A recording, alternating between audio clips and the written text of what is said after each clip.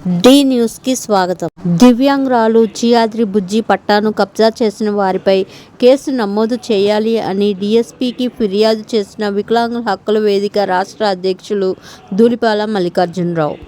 కనిగిరి శాసనసభ్యులు డాక్టర్ ముక్కు ఉగ్ర నరసింహారెడ్డి నాయకత్వంలో కనిగిరి మండలంలోని దివ్యాంగులకు 2012 సంవత్సరంలో కనిగిరి శాసనసభ్యులు డాక్టర్ ముక్కు ఉగ్ర నరసింహారెడ్డి చేతుల మీదుగా పట్టాలు ఇవ్వడం జరిగింది.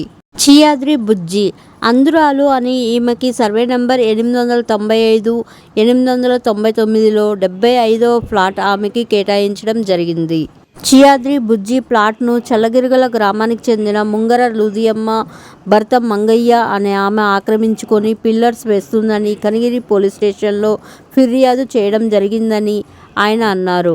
చియాద్రి ప్లాట్ దొంగ వేలిముద్రలతో, స్టాంప్ పేపర్ మీద ఫోర్జరీ వేలిముద్రలతో షేక్ ఇస్మాయిల్ టాకర్పాలెం గ్రామానికి చెందిన ఇతను దివ్యాంగుల పట్టాలను అమ్మకాలు జరుపుతున్నారని, వీరిపై వికలాంగుల హక్కుల చట్టం 2016 కింద సెక్షన్ 92A కింద మరియు క్రిమినల్ కేసు నమోదు చేయాలని దివ్యాంగుల హక్కుల వేదిక రాష్ట్ర అధ్యక్షులు మల్లికార్జునరావు డీఎస్పీ సాయి ఈశ్వర్ యశ్వంత్ను కోరారు.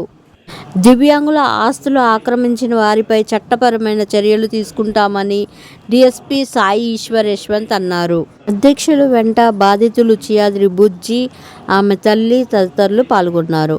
Thank you for watching. Please subscribe to my channel.